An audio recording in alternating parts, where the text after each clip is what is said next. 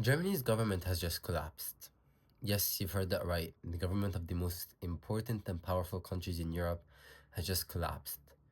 They're facing a major political shakeup that will impact the entirety of the continent.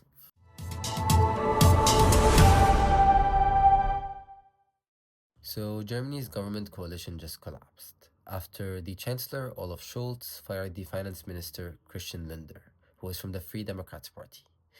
The other three Free Democrat run ministries have also resigned, and the Chancellor Olaf Scholz is expected to run the government on a minority government, while opposition leaders are asking for an immediate vote of no confidence.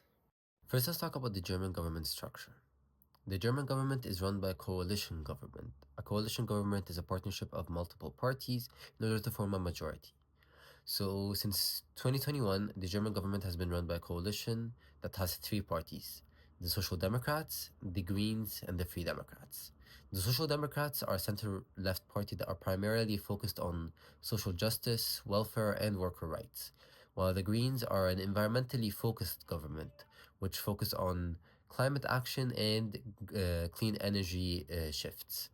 While the Free Democrats are a pro business center right party that advocate for free market policies and fiscal conservatism. Together, they create a fragile balance where each party brings its own unique set of policies to the table.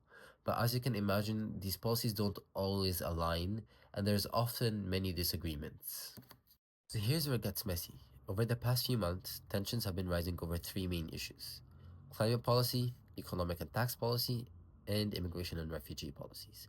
As you can imagine, this government structure allows for different views and opinions to be put on the table, and it also allows for negotiations. However, those disagreements could become polarizing and even divide the government, as we saw happen when the chancellor fired the finance minister who is from the Free Democrats Party.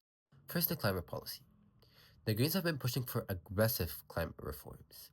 They have been pushing for phasing out coal use and rapid investment in green energy shifts.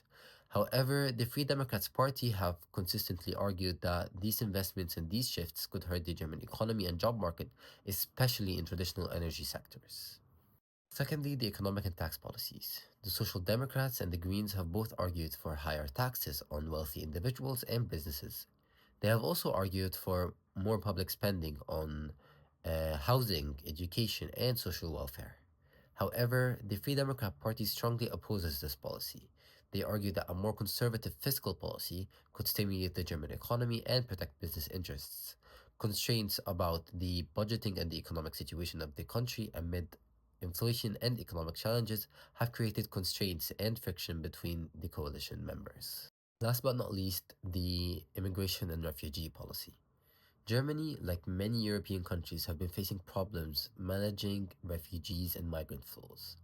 The Social Democrats and the Green parties generally support more open border policies and more support for refugees. However, the Free Democrat Party have concerns over the integration of refugees into German society and their impact on German society, and argue for more conservative and closed borders. Here's what happened. After months of negotiations and deadlock, the German Chancellor fired the finance minister and saying that it was, quote, necessary to prevent harm to our country, unquote. Now, the German Chancellor's decision led to the Free Democrats to finally withdraw from the coalition, leading the government to become a minority government. Minority governments are generally very weak and inefficient and tend to struggle to pass legislation through.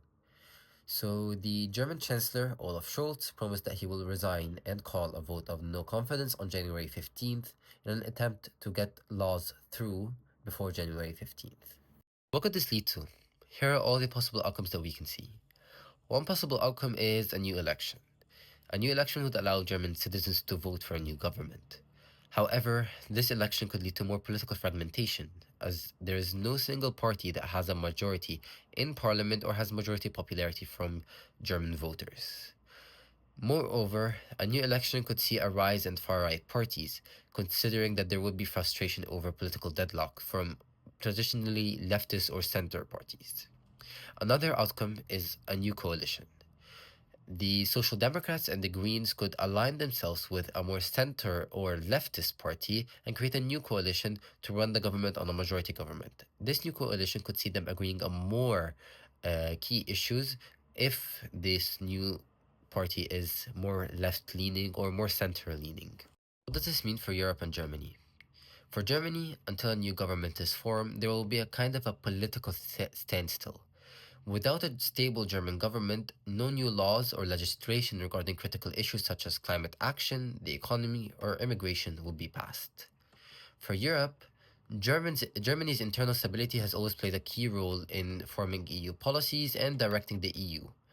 Without a stable German leadership, countries with more nationalist agendas, such as Hungary, could possibly propose more damaging and conservative laws, which could potentially destabilize the EU on some key issues, such as the climate, immigration, the war in Ukraine, and more.